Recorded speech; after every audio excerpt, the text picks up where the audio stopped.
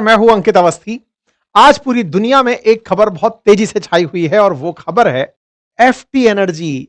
Washington post लिखता है कि Indian conglomerate to stop Russian oil import amid pressure from Trump. यह खबर निश्चित ही एक बड़ी खबर है और यह खबर इसलिए बड़ी है कि जिस बात के लिए हम लगातार इतने सालों से बाइडेन के काल से टिके हुए थे कि हमारे लिए सस्ता तेल खरीदना बहुत जरूरी है, ट्रंप के दबाव के चलते फाइनली हम तेल खरीदने से रुक रहे हैं। यह बात कैसे संभव हुई, इसके पीछे की पूरी कहानी है। लेकिन एक लाइन में बात कही जाए तो यह बात अब केवल भारत और अमेरिका तक नहीं रह गई। असल मायने में ट्रंप जिस तरह से पूरी दुनिया में अपने आप को सही सिद्ध करने के लिए, रशिया यूक्रेन युद्ध को रुकवाने के लिए रूस के द्वारा जो जिद पकड़ी हुई है कि मैं युद्ध नहीं रोकूंगा, यूक्रेन जो जिद पकड़कर चल रहा है कि मैं पीछे नहीं हटूंगा, अल्टीमेटली रूस के पास पैसा ना पहुंचे, यह सुनिश्चित करने के लिए ट्रंप का जो प्लान है कि इंडिया और चाइना तेल खरीदना बंद करेंगे, तभी रूस के पास पैसा जाना बंद होगा। इसी स्थिति को अपनाते हुए इन्होंने भारत पर तेल ना खरीदने का दबाव बनाया और कहा कि आपसे ट्रेड डील नहीं हो सकती, आप पर टैरिफ लगेगा। भारत यह सोचकर चल रहा था कि अमेरिका के साथ हमारे रिश्ते अलग हैं, रूस के साथ हमारे रिश्ते अलग हैं। हम रूस से व्यापार करके लाभ कमाते हैं, रूस से तेल खरीदते हैं सस्ते दामों पर और अपने देश में सस्ते दामों पर तेल बेच करके या फिर तेल से महंगाई को कंट्रोल करते हैं। वहीं दूसरी तरफ अमेरिका को सामान एक्सपोर्ट करते हैं और लाभ कमाते हैं। इस बात पर अमेरिका का तर्क यह था कि जब आप हमें सामान बेचकर लाभ कमाते हैं तो उस कमाए हुए लाभ से तेल आप रूस से क्यों खरीदते हैं? आप तेल भी हमसे खरीद लीजिए, तेल भी तो अमेरिका बेचता है।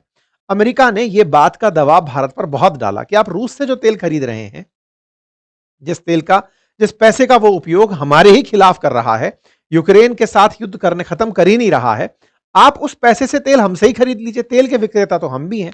इस तरह से हमारे सामने ऑफर दिया गया, लेकिन शुरुआती तौर पर हमने नहीं माना। हमें लगा कि पुतिन अपनी बात में डटकर खड़े रहेंगे। यूक्रेन के सामने पुतिन जितनी दृढ़ता से रहने वाले हैं, हमें लगा कि एक दिन भारत के साथ इनके जो रिलेशन है वो इतनी मजबूती में होंगे कि हम फायदे में एनी टाइम रहेंगे। लेकिन पुतिन भी ट्रंप के दबाव में कहीं ना कहीं झुकते चले गए से क्या मतलब है? आज सैकड़ों ऐसे टैंकर्स हैं जो पानी के अंदर खड़े हुए हैं क्योंकि उन्हें डेस्टिनेशंस अलाउ नहीं कर रही हैं। मतलब अमेरिकी सैंक्शंस के चलते रूसी तेल अब बिना किनारों के तेल पानी में तैर रहे हैं। टैंकर्स तैर रहे हैं कि भैया कोई किनारा मिल जाएगा तो रुक जाएंगे, क्योंकि उन्हें कोई उतार ही नहीं रहा है, बुला नहीं रहा है। इसका मतलब इनका प्रभाव इन पर पड़ा, इनकी डिप्लोमेसी कारगर नहीं रही। जहां तक चर्चा चाइना की थी वो तक पीछे हट गया, वो भी तेल लेने से पीछे हट गया। ये सारे दबाव जितने भी थे वो भारत पर भी दिखे, चीन पर भी दिखे और अल्टीमेटली रूस को नुकसान पहुंचाने के लिए थे। जैसा कि आप सभी जानते हैं कि भारत ने रूस से तेल खरीदने में एक स्ट्रेटेजिकली शिफ्ट दिखाया था। हमने बहुत तेल बेचा भी था यहां से रिफाइन करके। इस बात पर ही ट्रंप चिढ़े हुए थे और उन्होंने बार बार हमें इस बात के लिए दोहराया था। अमेरिका के अंदर जो यहाँ के ट्रेड सेक्रेटरी हैं, ट्रेजरी सेक्रेटरी हैं, उनका एक बयान बहुत वायरल हुआ था जिसमें उन्होंने ये कहा था कि एक समय था जब भारत रूस से 1% तेल खरीदता था, आज वो 42% तेल खरीदता है। इतना ही नहीं, वो तेल खरीद करके उसे रिफाइन करता है और उस रिफाइन किए हुए तेल से $16 बिलियन साल के कमाता है।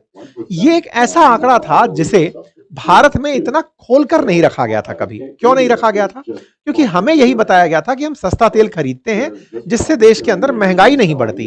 लेकिन अमेरिका ने यह बात जब बाहर निकाली तो उन्होंने ये बात भी पब्लिकली बाहर निकाली कि भारत के कुछ अमीर घराने हैं जो इस लाभ को कमा रहे हैं। अब इसकी क्या कहानी थी? इसकी कहानी यह थी कि भारत रूस से सस्ता तेल खरीदता है, पहले 1% खरीदता था, आज 42% खरीदता है। लेकिन उस खरीदे हुए तेल का केवल भारत के लिए ही उपयोग नहीं करता, बल्कि उस तेल को रिफाइन करके, क्रूड ऑयल को रिफाइन करके ये यूरोप को भी बेचता है और यूरोप को बेच करके उससे मुनाफा कमाता है। मुनाफा असल में भारत सरकार नहीं कमा रही है, असल मायने में रिलायंस की ही एक रिफाइनरी है जो केवल एक्सपोर्ट करती है। रिलायंस ने अपनी जामनगर रिफाइनरी के 2 भाग बनाए हुए हैं। एक भाग उसका केवल एक्सपोर्ट ओरिएंटेड है, यानी कि केवल वो बाहर व्यापार करती है, वो देश के अंदर माल नहीं बेचती है। तो इन लोगों ने क्या किया कि रूस से तेल खरीद करके उसे रिफाइन किया और उसे यूरोप बेचना शुरू कर दिया। यूरोप ने रूस के ऊपर पहले से ही सैंक्शन लगा रखा था कि हम तुम्हारा तेल नहीं खरीदेंगे। इन लोगों ने क्या किया कि उस तेल को रिफाइन करके कहा कि हमारा तेल है, खरीद लो साहब। ये जो घुमाना फिराना शुरू किया, इस बात से अमेरिका चिढ़ा हुआ था 2 कारण से। पहला, इंडिया अपनी जरूरतें बता करके मुनाफा कमा रहा है, $16 बिलियन का लाभ कमा गई, रिलायंस कमा गई। वहीं दूसरी तरफ उसने ये कहा कि भाई यूरोप वालों, तुम्हें क्या पता नहीं है क्या कि रिलायंस इस तेल को रूस से ही खरीद के तुम्हें बेच रही है। जिस चीज को हमने प्रतिबंधित करवाया कि तुम रूस से तेल मत खरीदो, तुम भी उस तेल को खुली आंखों से खरीद रहे हो, मतलब बस उसके हाथ से आ रहा है तो साफ है, हम डायरेक्ट नहीं खरीदेंगे। तो ट्रंप इस बात से चिढ़े, उन्होंने दोनों बात पर एक्शन लेने का निर्णय लिया। पहली बात तो ये कि तुम रूसी तेल खरीद करके बेच रहे हो, यह गलत है, और यूरोप वालों से कहा कि तुम खरीद रहे हो तो तुम भी प्रतिबंध लगाओ, केवल अमेरिका को बदनाम मत करो। रूस पर भी, मतलब यूरोपियन देशों पर भी दबाव बनाया गया। इस बात को इस तरह से लिखा गया कि India's richest families benefit from Russian crude oil, ऐसा बेसेंट ने कहा। नाम इनका रिलायंस के ऊपर ही था कि रिलायंस रूस का तेल भारतीयों के नाम पर खरीदता है, लेकिन रिफाइन करके यूरोप के देशों को बेचकर बहुत पैसा कमाता है। ट्रंप ने इस बात को न केवल एक्सपोज किया, बल्कि यूरोप पर दबाव बनाया कि आप ये तेल नहीं खरीदेंगे, वो अपने आप रुक जाएगा। अब ये क्या कहानी हुई भाई साहब? ट्रंप पहुंचते हैं उर्सुला वॉन डेन के पास में, यूरोपियन यूनियन वालों से बातचीत करते हैं और कहते हैं कि देखो, ये जो आप हल्के हल्के से सैंक्शंस लगा रहे हो ना, इनसे काम नहीं चलेगा। केवल अमेरिका सैंक्शन नहीं लगाएगा, ये लड़ाई केवल अमेरिका की नहीं है रूस के साथ। मरने वाले आप हो पहले, यूरोप वाले देश मरोगे पहले अगर रूस का गुस्सा हावी हुआ तो। आप लोग भी सैंक्शन लगाओ। तो ऐसा करके यूएस की सीनेट में मांग उठी कि अगर इंडिया और चाइना तेल खरीदना बंद नहीं करते हैं तो उन पे 500% टैरिफ ला दो, प्लस रशिया से, मतलब यूरोपियन देशों से कहो कि वो भी इतना ही टैरिफ ला दें। इस तरह से ये दबाव देना शुरू किया गया। जब ये दबाव देना शुरू हुआ, हमें सीधा सीधा दिख गया कि भाई अल्टीमेटली रिलायंस को अब मुनाफा होने वाला नहीं है। भारत को सस्ता तेल तो पहले भी उपलब्ध था, हम जो मंगा रहे हैं, हमारे नाम पर जो बिल कटा रहे हैं, असल में वो बिल रिलायंस अपने नाम पर कर रहा है। उससे हमें ज्यादा नुकसान हो रहा है क्योंकि टैरिफ हमें मिल रहा है। भारत ने अमेरिका को आश्वस्त कर दिया कि आप चिंता मत करिए, जब आप इतना ही मेहनत कर रहे हैं, इतना ही दबाव डाल रहे हैं, तो हम रूसी तेल खरीदना बंद कर देंगे। देखो, इसमें एक बहुत बड़ी चालाकी थी, और वो क्या थी? एक हमारे सामने एक क्लैरिटी नहीं दी थी कभी भी कंपनी के द्वारा कि ये कितना तेल हमारे लिए खरीद रही है। तेल बाहर की तरफ बेचते चले जा रहे थे, और भारत सरकार इसके चलते ट्रंप के साथ में जो नेगोशिएशन थी उसमें पिछड़ती चली जा रही थी।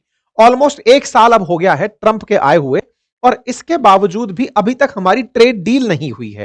ट्रेड डील ना होने की बड़ी विफलताओं में रूस से तेल खरीदना था। केवल भारत तक के लिए होता तो ट्रंप इतने हावी ना होते, लेकिन उन्हें पता था कि रिलायंस तेल खरीदकर रूस को, यूरोप को बेच रहा है। इस बात को जब जगजाहिर किया जाएगा तो यह बात पब्लिक में आएगी। तो भारत सरकार ने ट्रंप को आश्वस्त किया कि हम रूसी तेल खरीदना बंद कर देंगे। यह बात ट्रंप ने पब्लिक में कह दी कि दिसंबर तक भारत तेल खरीदना बंद कर देगा।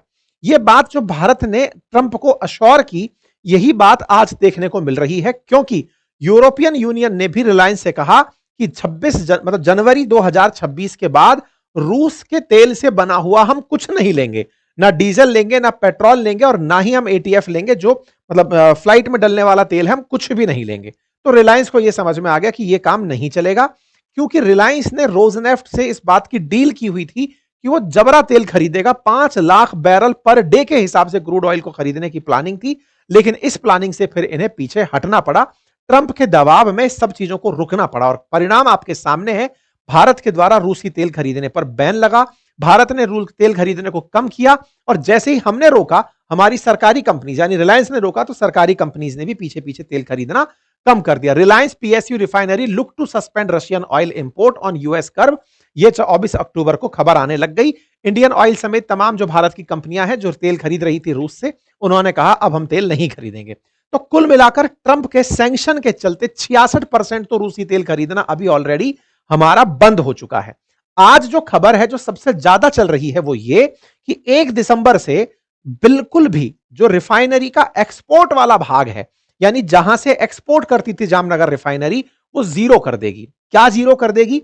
रूसी तेल का रिफाइन करना जीरो कर देगी। वो रूसी तेल रिफाइन करके यूरोप को नहीं बेचेगी, बल्कि कहीं से भी खरीदे, हो सकता है गल्फ देशों से खरीद कर रिफाइन करके बेचे, जो भी करना है। यह खबर आज बड़ी बनकर के आई कि रिलायंस ने हॉल्ट कर दिया है oil import only for export refinery. तो जिनका एक्सपोर्ट वाला भाग है, जो रूसी क्रूड को इंपोर्ट करके उसे क्लीन करके $16 बिलियन का लाभ कमाया था, उसे ये नहीं बेचेगा यहां से, क्योंकि जनवरी 2026 से यूरोप की तरफ से सैंक्शन लगने जा रहे हैं। बस ऐसा करते हुए रिलायंस ने 2 काम कर दिए। पहला, रूसी इंपोर्ट रोक दिया, और अमेरिका की या यूरोप के सैंक्शन को मान लिया कि हाँ भाई आपको बुरा लगेगा, तो अल्टीमेटली जब आप खरीदार ही नहीं बचोगे तो फिर हमारे लिए तेल खरीदना किस काम का। मैं आपको बता दूं, वर्ल्ड लार्जेस्ट रिफाइनरी में जामनगर रिफाइनरी आती है, प्राइवेट ओन्ड रिफाइनरीज के अंदर। और यह रिफाइनरी ना केवल बाहर के लिए बल्कि देश के लिए भी ऑयल रिफाइन करती है। लेकिन देश के लिए ऑयल रिफाइनिंग अभी भी जारी रहेगी, अभी उसके लिए रूसी तेल आता रहेगा, लेकिन चूंकि 66% तक खत्म हो चुका है, थोड़ा बहुत जो आ रहा है वो पहले के एग्रीमेंट के अकॉर्डिंग आता रहेगा। कुल मिलाकर के एक बहुत बड़ा काम ट्रंप के सैंक्शन के दबाव में हो गया है। अब सवाल यह बनता है कि ट्रंप ने साहब अपने धमकाने से कहिए, टैरिफ के डर से कहिए, जिस भी रूप में कहिए, वो रिलायंस को दबाव में लाने में कामयाब हो गया। अल्टीमेटली भारत सरकार का कन्विंस होना, रिलायंस का कन्विंस होना, सब हो गया। क्या अब हमारे बीच में कोई ट्रेड डील संभव है? तो देखिए, अल्टीमेटली अमेरिका भारत के साथ ट्रेड डील करना चाहता है, लेकिन उसकी अपनी शर्तें हैं कि मेरी असल में जो बेइज्जती हो रखी है वो रशिया यूक्रेन युद्ध के चलते हो रखी है। तुम ही लोगों ने उस रशिया यूक्रेन युद्ध पर मेरे द्वारा कुछ ना कराने पर मजाक बनाया। अब रशिया यूक्रेन में रुकवा नहीं पा रहा हूं तो उसका तरीका तुम ही बनोगे। तुम तेल खरीदना बंद करोगे तो ही वो युद्ध रुकेगा। और ये बात भी है, जिस समय ये बात आप कर रहे हैं उसी समय ट्रंप ने 28 सूत्रीय प्लान निकाल के दे दिया है यूक्रेन को। रूस को भी दे दिया, यूक्रेन को भी दे दिया। रूस से कहा है कि सारी जमीन तुम भी नहीं छोड़ोगे, यूक्रेन से कहा तुम्हें कुछ जमीन छोड़नी पड़ेगी। 28 सूत्रीय मांग दी है, मैं आपको उसके ऊपर अलग से एक सेशन करके दूंगा। लेकिन फिलहाल चर्चा इस बात की है कि अमेरिका के दबाव से रशिया यूक्रेन युद्ध रुकता हुआ अब लग रहा है, जब भारत ने तेल खरीदना रोक दिया है। भारत तेल खरीदना रोकेगा, इसका एडवांटेज हमें ट्रेड डील के रूप में मिलेगा, और ट्रेड डील के रूप में भारत अमेरिका के बीच की ट्रेड डील से हमारे फिर से व्यापार के मार्ग खोलेंगे। अब यहां पर एक बड़ा सवाल आता है, क्या भारत का अमेरिका से दबाव में रहना सही था? तो जवाब है, सही और गलत का निर्णय इस आधार पर लिया जाए कि पूरी दुनिया में जो अमेरिका से व्यापार करने वाले देश हैं उनमें से कौन सा ऐसा देश है जिसकी अपनी चली ट्रंप के सामने? आंसर है, एक भी देश नहीं बचा। कोई भी देश ऐसा नहीं था जो अपनी जिद मनाने में कामयाब हुआ। चाइना और रूस से बहुत ज्यादा उम्मीदें थी। चाइना सेकंड लार्जेस्ट इकोनॉमी था और रशिया सेकंड पावरफुल कंट्री। दोनों ही देश ट्रंप के सामने नहीं खड़े हो पाए। ऐसे में भारत को केवल अपॉर्चुनिटी तलाशनी चाहिए, बजाय इसके कि किसी एक घराने को लाभ हो रहा हो, जिसके टैक्स के लाभ को हम अपना लाभ मान रहे हो। बजाय उसके अगर भारत के ओवरऑल एक्सपोर्ट बढ़ते हैं, यह भारत के लिए लाभदायक होगा। रिलायंस के लिए अपनी साख को बचाए रखना जरूरी है, क्योंकि ट्रंप के पास बहुत से हथकंडे हैं। जैसे अडानी के ऊपर हिंडनबर्ग अपनाया था, ऐसा ये इसके ऊपर भी कुछ अपना तो सकते ही हैं। कुल मिलाकर के रिलायंस तो अपना पांच बचा करके निकल लेगी। भारत सरकार को आवश्यकता है कि ट्रेड डील करके एक्सपोर्ट्स में नई एवेन्यूज को तलाशे, देश को एक और ऊंचाई तक लेकर जाए। और मुझे ऐसा लगता है जिस दिन भारत और अमेरिका की ट्रेड डील होगी, भारत का स्टॉक मार्केट एक नई ऊंचाई छुएगा, क्योंकि ट्रंप के सैंक्शंस ने बाजार को बहुत गिराया था। जैसी ट्रेड डील होगी तो वो एक नई ऊंचाई फिर से छुएगा। बाकी आप लोग इस विषय पर क्या सोचते हैं, अपनी राय जरूर कमेंट बॉक्स में बताइएगा। चैनल पर नए हैं तो सब्सक्राइब कर लीजिए, अपनी राय कमेंट बॉक्स में जरूर रखिए। बाकी अपडेट्स के लिए चैनल पर जुड़े रहिए, मैं आपको नए अपडेट्स देता रहूंगा। Thank you so much.